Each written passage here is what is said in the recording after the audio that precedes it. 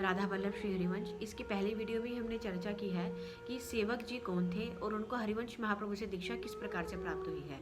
आज हम जानेंगे कि सेवक वाणी की महिमा क्या है और श्री वनचंद्र जी ने सेवक जी के ऊपर श्री जी का संपूर्ण भंडार लुटाने के लिए क्यों कहा है। तो आइए वीडियो को शुरू करते हैं।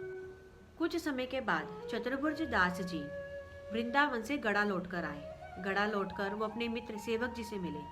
सेवक जी ने हरिवंश महाप्रभु से दीक्षा किस प्रकार से उनको प्राप्त हुई, किस तरह से उनको निज मंत्र मिला, ये सारी की सारी घटना उन्होंने अपने मित्र चतुर्भुज दास जी को बताई। जब चतुर्भुज दास जी ने यह जाना कि सेवक जी को भी वही मंत्र मिला है जो मुझे श्री वनचंद्र जी से प्राप्त हुआ है, तो ये सुनने के बाद वो एकदम हैरान हो गई। उसके बाद उन्होंने सेवक वाणी पढ़ी जो कि सेवक जी ने ही लिखी थी।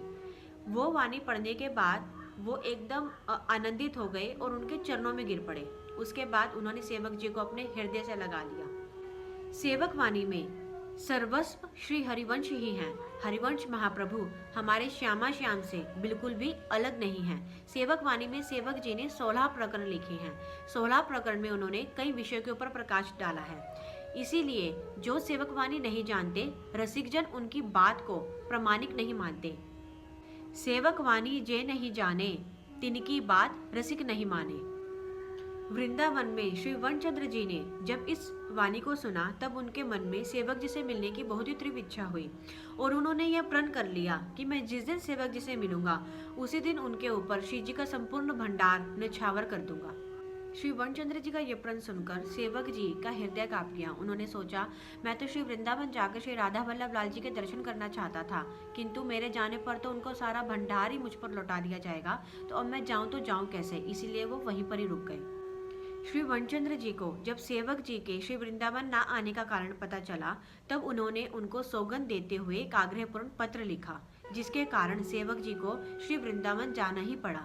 लेकिन वो भंडार लुटने के भय से भेष बदल कर गए और भीड़ में खड़े होकर श्री जी के दर्शन करने लगे। किंतु इतनी भीड़ में भी श्री वनचंद्र जी ने इनकी नेह भरी चितवन देखकर इनको भीड़ में भी पहचान लिया और उठकर इनसे मिले। सेवक जी ने देखा कि गोस्वामी जी अपनी प्रतिज्ञा अनुसार भंडार लुटाने ही वाले हैं।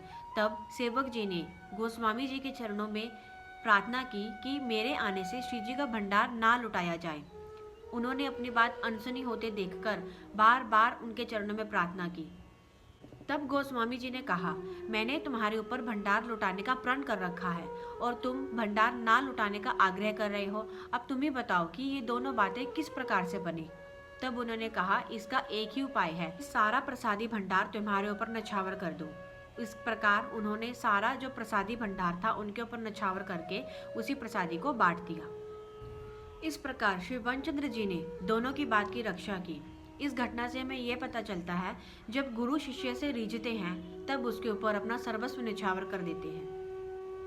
श्री वनचंद्र जी ने सभी हित धर्मियों को उसी दिन ये आज्ञा भी दे दी कि हित 84 और सेवक वाणी दोनों एक साथ ही लिखनी और पढ़नी चाहिए। सेवक जी के जैसा अन्य कोई उपासक नहीं हुआ जिनके प्रण की रक्षा स्वयं उनके गुरुदेव ने की हो। सेवक जी से, उनके पूरे चरित्र से हमें यही सीखने को मिलता है, जब हमारा पूरी तरह से समर्पण हमारे गुरुदेव के प्रति होता है तो गुरुदेव भी हम पर अपना सब कुछ निछावर कर देते हैं। राधा वल्लभ श्री हरिवंश।